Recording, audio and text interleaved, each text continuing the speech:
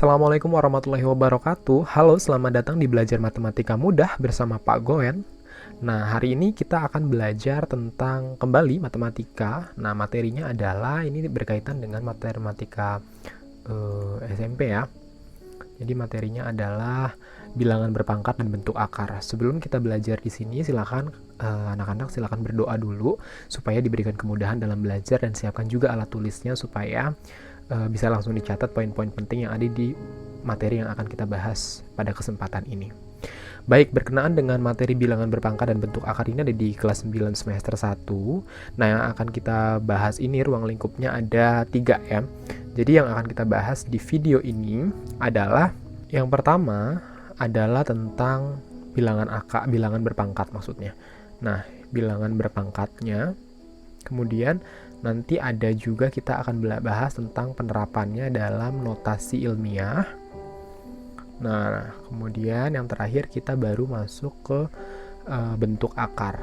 Ini yang akan kita bahas pada pembelajaran kali ini. Jadi 3 hal ini. Jadi nanti disiapkan catatannya tentang bilangan berpangkat, notasi ilmiah, dan bentuk akar. Kita mulai dari pengertian bilangan berpangkat. Bilangan berpangkat itu adalah bilangan yang menyatakan perkalian berulang. Misalnya seperti ini, nak. Kalau misalnya kita punya ada bilangan berpangkat yang pernah kita lihat, misalnya ada 5 pangkat 2, ini berarti perkalian 5 dengan 5 berulang sebanyak 2 kali nih. Kalau 5-nya pangkat 3, berarti 5 kali 5 kali 5, sebanyak 3 kali nih, gitu. Ini 25, yang ini 125 hasilnya. Nah, begitupun ketika bilangan berpangkatnya ini misalnya adalah untuk pecahan, misalnya 1/2 pangkat 3. Berarti kita punya 1/2 kali 1/2 kali 1/2. Ada sebanyak 3 kali.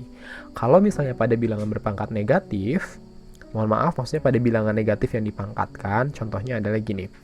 Bapak punya min 3 pangkat 2. Ini artinya adalah min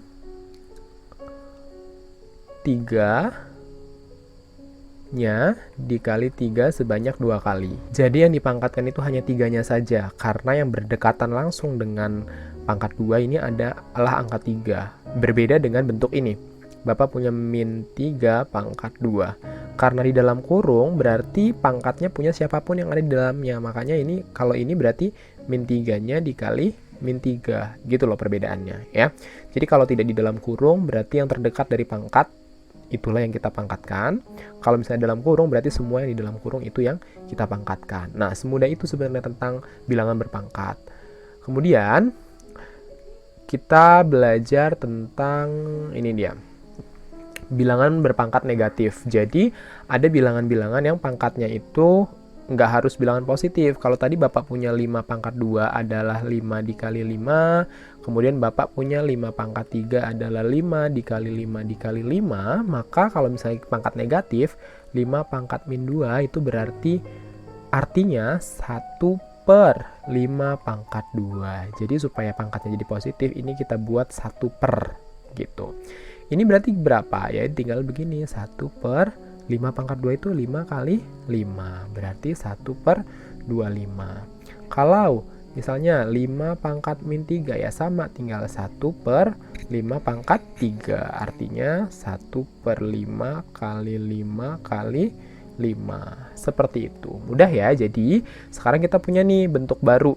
Kalau misalnya pangkat positif, misalnya Bapak punya bilangan A dipangkatkan M, itu artinya adalah A dikali A dikali A dan seterusnya sebanyak A-nya itu ada sebanyak M. Kalau Bapak punya A pangkat min M, itu artinya 1/A pangkat M. Nanti A pangkat M-nya balik lagi ke sini pengertiannya. Seperti itu. Kita lanjutkan. Nah, berikutnya kita belajar tentang sifat-sifat operasi bilangan berpangkat. Jadi ada 5 sifat ya, 1, 2, 3, 4, 5. Yang pertama itu di sifat 1 itu perkalian, kemudian yang kedua pembagian, yang ketiga itu adalah pemangkatan bilangan berpangkat. Ini ada bilangan pangkat yang dipangkatkan lagi. Yang keempat itu adalah perkalian di dalam kurung yang dipangkatkan. Kemudian adalah pembagian pecahan yang dipangkatkan ya. Maksudnya pecahan yang dipangkatkan, pembagian pecahan. Berikutnya ini yang tadi ya, ini adalah sifat pemangkatan dengan menggunakan pangkat negatif. Ini yang tadi kita bahas. Nah, Untuk penggunaannya, Bapak contohkan langsung saja ke soal ya. Misalnya gini, ini ada, ingat ya, kalau yang sifat 1 ini kan bilangan pokoknya A, pangkatnya M. Ini bilangan pokoknya A, pangkatnya N. Sama dengan A pangkat M tambah N. Berarti bilangan sifat ini hanya berlaku kalau bilangan pokoknya sama-sama A. Ya, misalnya sama-sama 4, sama-sama 3, sama-sama 2 gitu. Kalau satunya 3, satunya 4 tuh nggak bisa. Bilangan pokoknya ya yang sebagai bilangan utamanya. Tapi kalau pangkatnya satunya M, satunya N, berarti boleh berbeda. Kita masuk ke contoh ini saja, kita coba ya. Kira-kira ini pakai sifat yang mana? 4 pangkat 3, pangkat 2. Mana nih yang mirip? Ini ya, sifat 3. Berarti kita bisa pakai sifat 3 itu menjadi nih. Kalau ada 4 pangkat 3 dipangkatkan 2, artinya 4 dipangkatkan 3-nya dikali 2. Berarti ini jadinya 4 pangkat 3 kali 2 per 4 pangkat 4. Ini 4 pangkat 3 kali 2 itu 6 per 4 pangkat 4. Nah, kalau udah sampai sini kira-kira mirip sifat yang mana? Sifat yang 2 ya. Kalau ada sama-sama bilangan pokoknya A, ini berarti bilangan pokoknya sama-sama 4. Satunya pangkat 6, satunya pangkat 4. Artinya adalah mana? 4.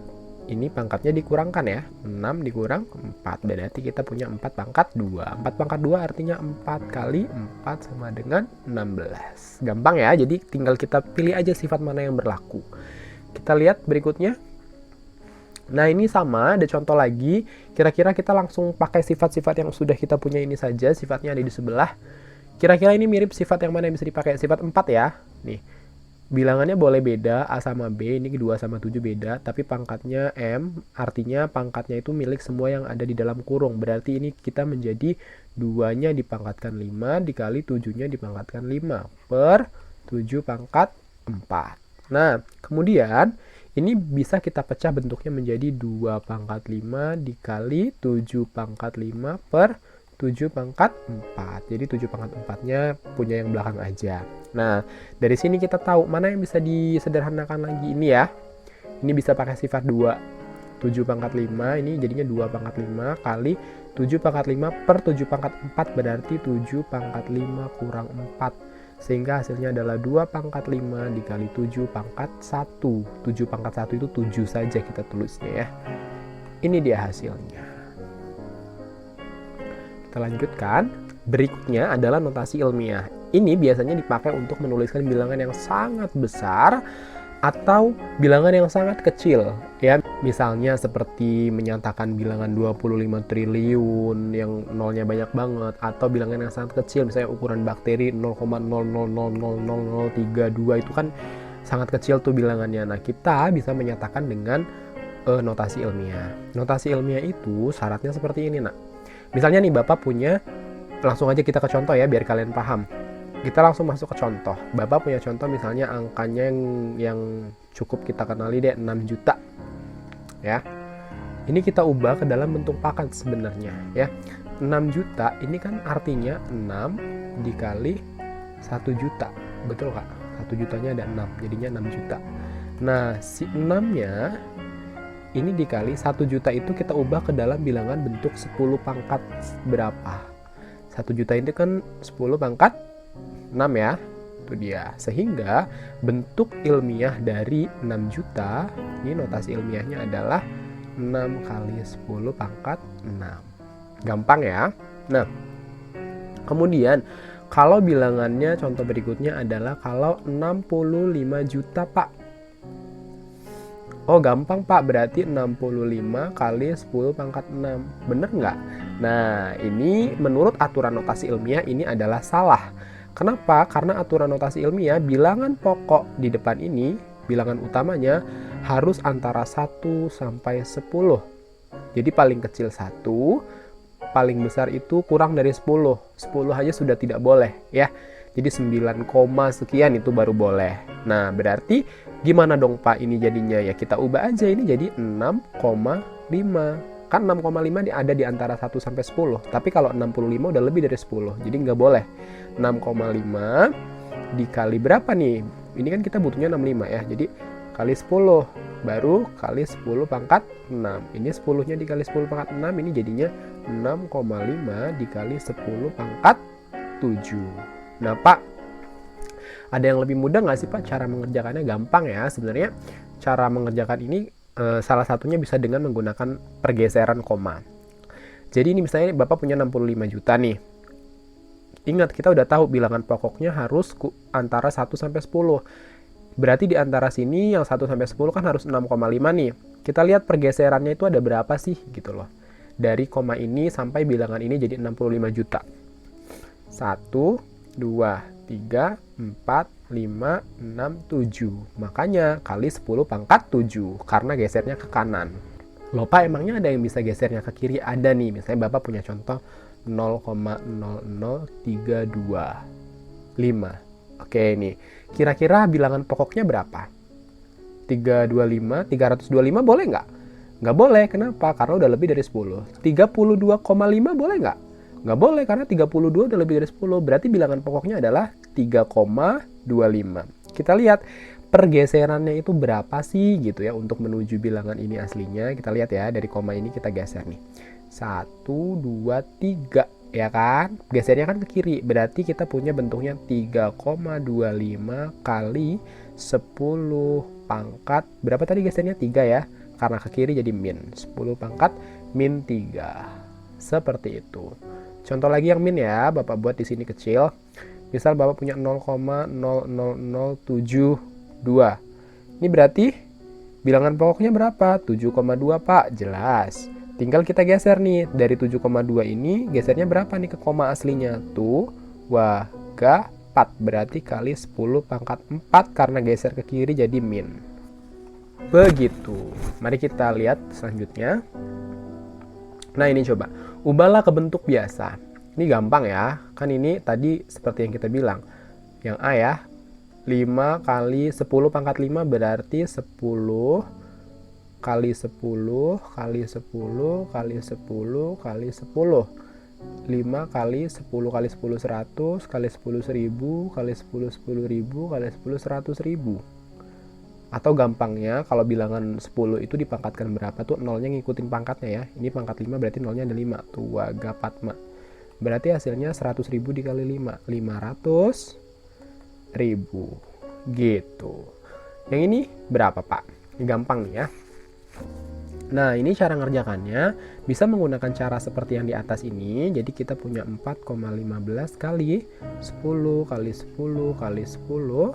3, 4, 5, 6. Berarti kata Pak Gowen ini nolnya bakal sebanyak pangkat. Berarti pangkatnya ada 6. Nolnya ada 6, sejuta ya. Nah kemudian ini gimana nih Pak? Ini kan ada koma. Nah cara menghilangkan komanya nih kan kita geser 2 nih. Supaya nggak di sini jadi di sini. Di belakang. Jadinya 415. Karena kita sudah pakai 2, ini harus dibuang nolnya 2. Tinggal nolnya 4. Kan tadi 6 jadi 4. Berarti 415 dikali 10.000. Berarti 415 tambahkan nolnya 4 yang tersisa. 1, 2, 3, 4. Nah ini jadinya 4.150.000. Gampang ya. Kita lanjutkan.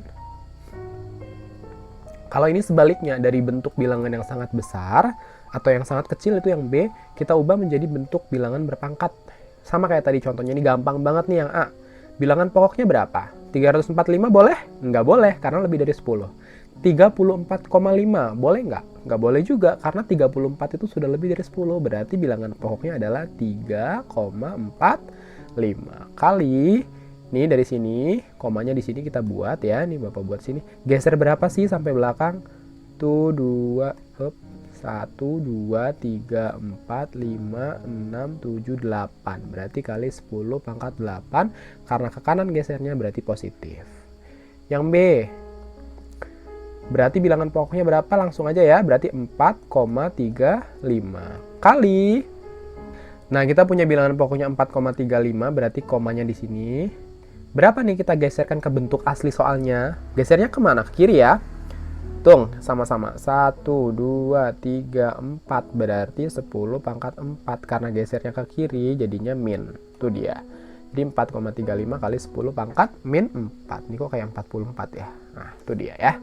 Gampang ya anak-anak. Kita lanjutkan. Nah sekarang kita masuk ke bagian yang ketiga, yakni tentang bentuk akar. Jadi ini bilangan-bilangan yang dalam bentuk akar ya.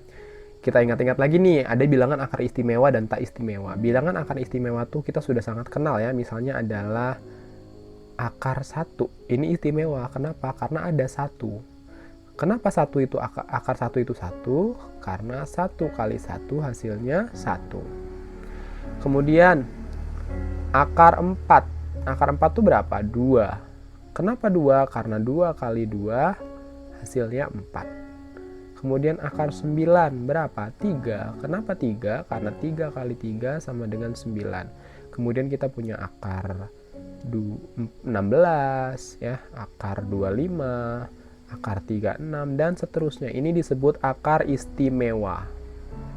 Pak, kalau bukan akar istimewa berarti yang mana? Sisanya. Misalnya nih akar 1 berarti akar 2 bukan istimewa, akar 3 juga bukan, akar 4 istimewa berarti akar 5 bukan, akar 6, akar 7, akar 8, akar 9 istimewa, kemudian akar 10. Ini tadi akar berapa ya? Ini akar 16 nih kecoret. Nah, akar 10, akar 11, akar 12, akar 13, akar 14, akar 15, akar 16 istimewa ya nih. Karena 4 hasilnya. Akar 17, akar 18, akar 19, akar 20, akar 21, akar 2. Pokoknya seterusnya, kecuali akar-akar istimewa ini. Ya, dan seterusnya nih ya, 36, ada 49, pokoknya bilangan-bilangan yang bisa diakarkan istimewa. Ini disebut bilangan tak istimewa. Nah, inilah yang kita sebut sebagai bentuk akar. Ya. Nanti kita harus sederhanakan nih bentuk-bentuk ini. Contohnya seperti apa, Pak? Seperti ini. Kita mulai dari menyederhanakan bentuk akar. Bapak kasih contoh yang paling mudah nih ya. Yang paling mudah adalah akar 20. Gimana Pak cara menyederhanakannya?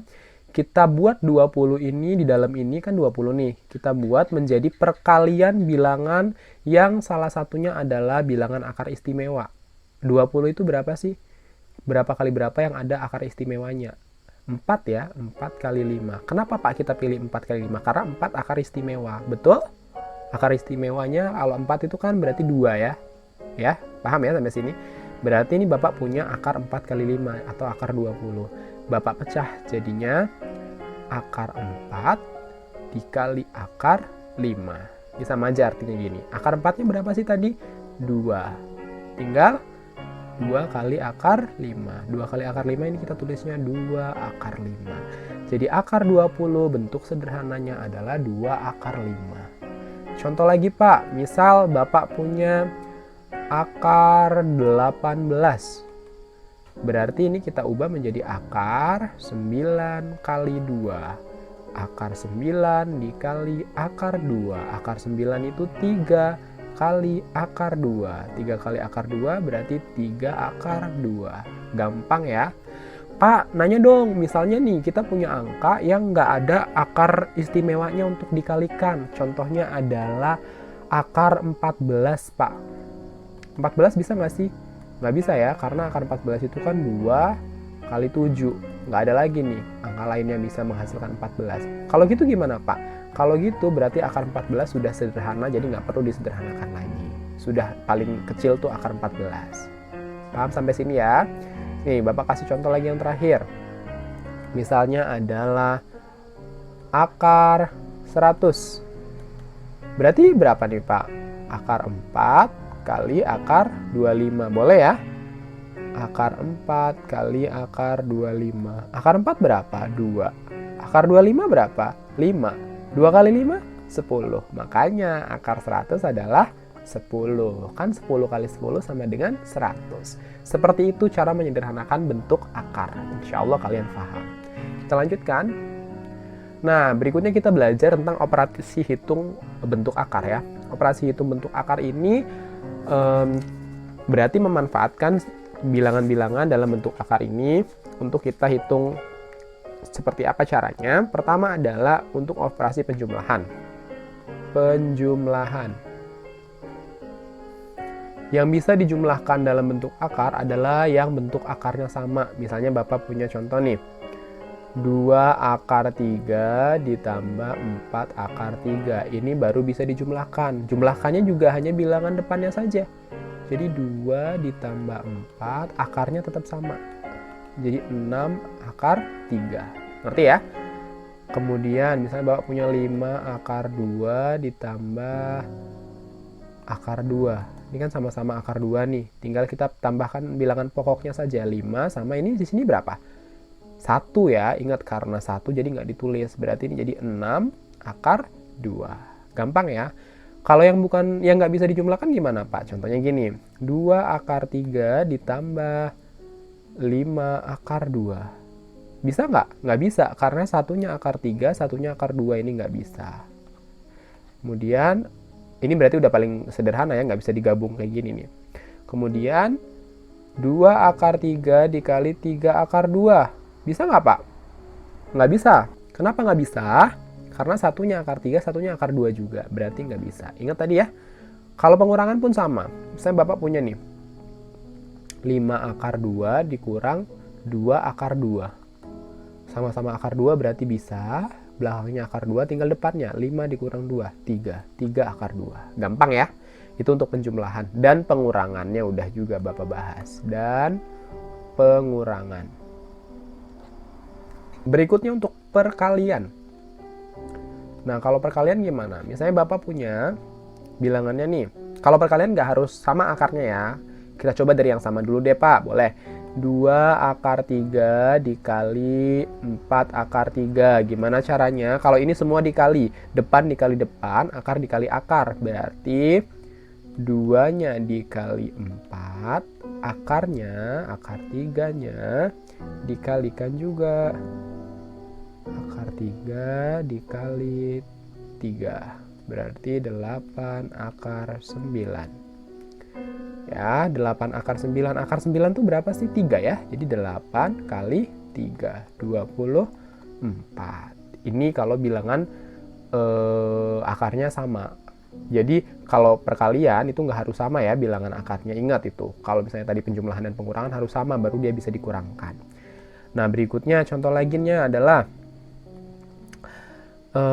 misal nih ya, 3 akar 2 dikali 5 akar 3. Ini kan beda nih, satunya akar 2, satunya akar 3. Ini bisa nggak kalau di perkalian? Bisa. Depan kali depan, akar kali akar. Berarti 3 kali 5, akarnya 2 kali 3. 3 kali 5 itu 15, akar 2 kali 3 itu 6. Berarti 15 akar 6. Seperti itu. Kemudian lagi, Bapak punya contoh. Udah sih, itu aja deh kayaknya udah paham ya, jadi nggak usah dicontoh-contohin lagi. Kita lanjut ke operasi yang berikutnya adalah penjumlahan udah, pengurangan udah, perkalian udah. Berarti sekarang ke pembagian. Pembagian bentuk akar. Nah, berarti ini contohnya seperti ini ya. Bapak punya 6 akar, berapa ya? 6 akar 6, oke boleh. Dibagi 2 akar 3. Ya, ini gimana Pak caranya kalau misalnya pembagian? Ini gampang, tinggal depan dibagi depan, belakang dibagi belakang. Berarti 6 per 2 akar 6 per 3. 6 per 2, 6 bagi 2 berapa sih? Per itu kan artinya bagi, 6 bagi 2, 3 Pak. Ini 6 bagi 3, 2 Pak, berarti 3 akar 2. Gampang ya untuk pembagiannya. Nah, berikutnya ada beberapa hal yang harus kalian ingat-ingat dalam operasi bentuk akar ini. Perhatikan hal berikut ini. Untuk tadi ya, ketika Bapak bilang penjumlahan itu hanya bisa dilakukan ketika bentuk akarnya sama. Misalnya Bapak punya soal seperti ini, nak. Akar 8 tambah 5 akar 2 kurang 6 akar 2. Berapa ini? Nah, kalau secara teori berarti ini 2 sama 2-nya bisa kita kurangkan. Tapi Pak, 8-nya kan agak, ini beda akarnya Pak. Caranya gimana? Kita cek dulu, 8 ini bisa nggak sih diubah yang ada akarnya 2? Bisa dong, ya nggak? Yalah, kenapa kok bisa seperti itu Pak?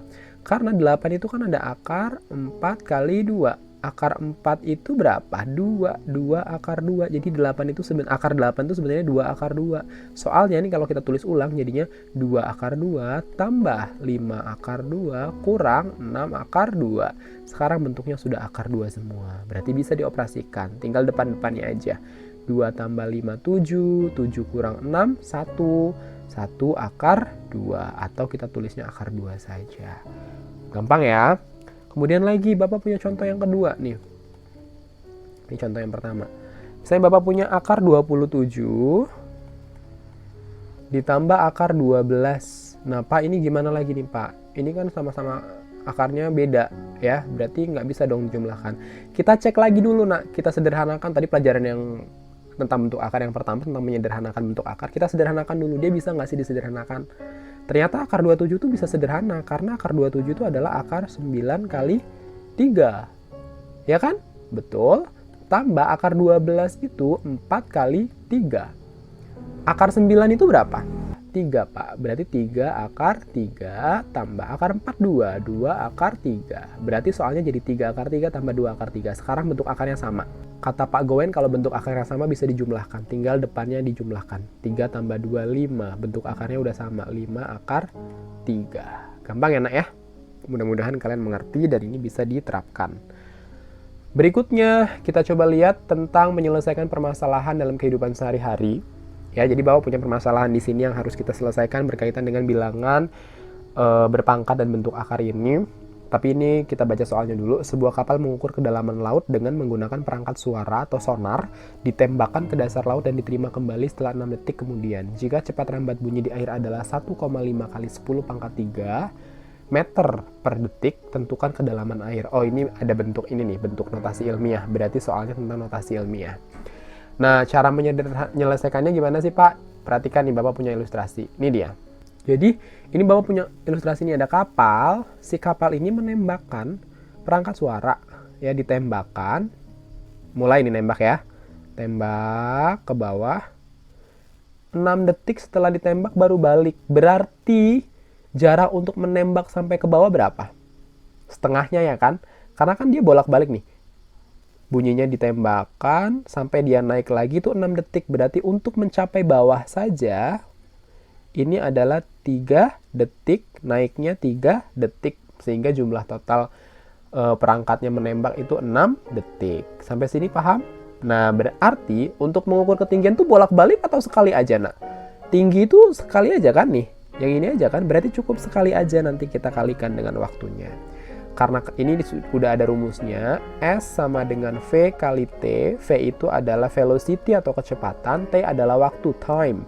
Berarti V-nya adalah, V-nya nih kita lihat di sini, V 1,5 kali 10 pangkat 3. Nah ingat tadi cara ngitungnya, 1,5 kali 10 pangkat 3 itu 1000. Ini supaya nggak ada komanya jadi 15. Karena sudah 15 ini nolnya hilang 1. Jadi 15 dikali 100. 15 tambah nolnya 2, 1500. Jadi kecepatannya itu sebenarnya 1500 meter per detik ya. Sementara ini kecepatannya 1500, waktunya adalah berapa detik? 3 detik. Loh Pak, kok nggak 6 ya? Tadi udah Bapak jelaskan ya, 6 itu bolak-balik. Jadi kalau sekali aja untuk mengukur kedalaman tuh kita pakai setengahnya 3. Sehingga didapatlah 1500 kali 3, 4500 meter. Ini dia kedalaman lautnya. Paham ya? Jadi gitu caranya. Terima kasih sudah belajar hari ini anak-anak. Nah, Bapak tutup pembelajaran hari ini dengan sebuah kata-kata mutiara yang Bapak harap ini bisa menyemangati kita semua. Hal yang lebih penting sebelum belajar ilmu adalah belajar adab. Sebab orang beradab akan lebih dihargai orang lain. Untuk itu Bapak harap anak-anak Bapak semuanya bisa mengutamakan adabnya. Adab dalam belajar itu lebih penting daripada ilmunya itu sendiri. Karena ketika kita sudah beradab, maka ilmunya itu akan gampang banget masuk. Nah, cara beradab itu seperti apa sih Pak? Kita hargai ilmu, kita hargai guru. Begitu caranya. Sekali lagi terima kasih ya. Sampai ketemu di video berikutnya. Assalamualaikum warahmatullahi wabarakatuh.